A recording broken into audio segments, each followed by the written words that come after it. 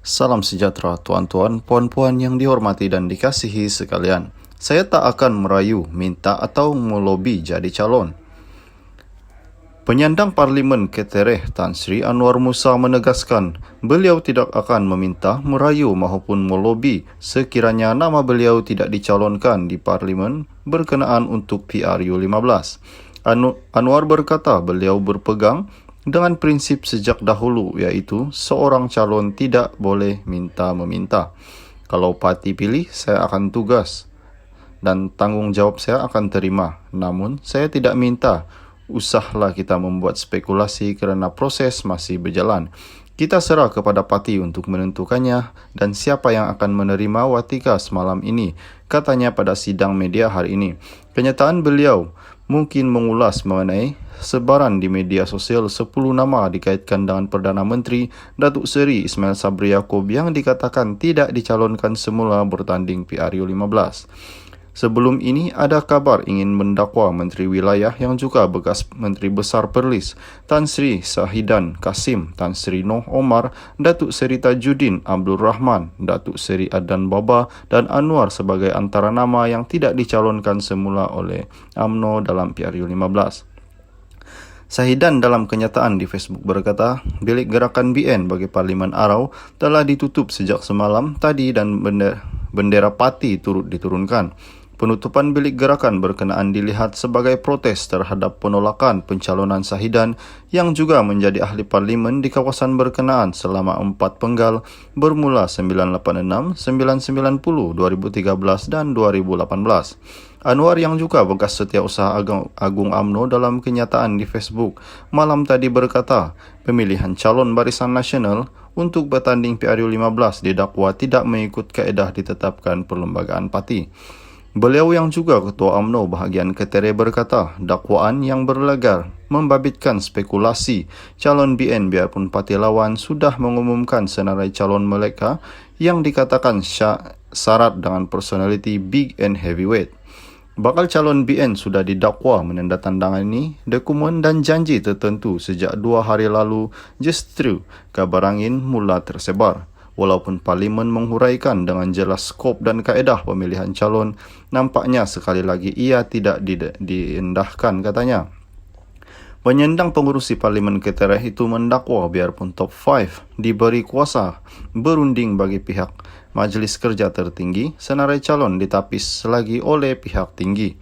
Malah beliau berkata, kedengaran banyak kabar angin mendakwa ramai winners yang boleh menang dipancung atau tidak disenaraikan, terutama yang rapat dengan Perdana Menteri, walaupun dijanjikan bahawa calon pilihan dipilih adalah kategori wali iaitu winnable, boleh menang, acceptable serta likeable.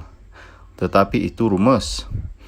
Apapun, kita berilah ruang secukupnya kepada pucuk kepimpinan untuk berunding dan memilih. Menjadi calon tidak boleh meminta-minta, tak perlulah melobi-lobi. Ia satu amanah tanggungjawab untuk memenangkan cukup kerusi bagi parti, jika tidak berkubur 2 kali. Kurangkan spekulasi, tunggu saja pengumuman rasmi sehari 2 sahaja lagi, tulisnya.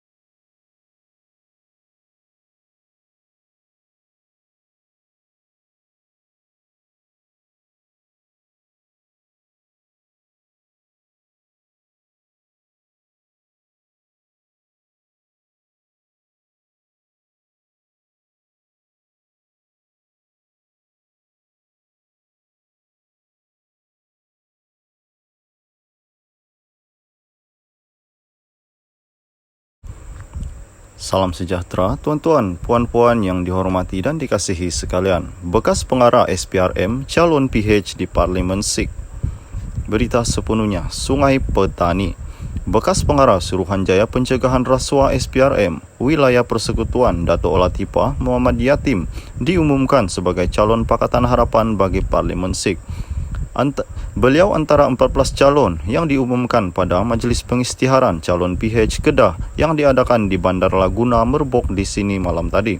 Latifah yang berasal dari Jernih berkata, beliau membesar dengan melihat kesusahan penduduk Sikh yang kebanyakannya hanya bekerja sebagai penore getah. Saya berasal dari keluarga susah. Ayah hanya bekerja sebagai peniaga pasar malam bagi menyara dan membesarkan kami 15 adik-beradik. Sehingga hari ini, saya masih lagi sedih melihat nasib penduduk Sikh. Andai diberi peluang, saya ingin membantu mengubah nasib rakyat yang rata-ratanya masih dibelenggu kemiskinan, katanya. Turut diumumkan sebagai calon adalah timbalan pengurusi DAP Kedah, Zul Hazmi Sharif yang bakal bertanding di Parlimen Jerai. Walau bagaimanapun tiada nama calon PH diumumkan bagi Parlimen Langkawi yang setakat ini menyaksikan bekas Perdana Menteri Tun Dr. Mahathir Mohamad mengesahkan akan mempertahankan kerusi berkenaan. Pengurusi PH Kedah Datuk Mahfuz Omar berkata, pihaknya berpuas hati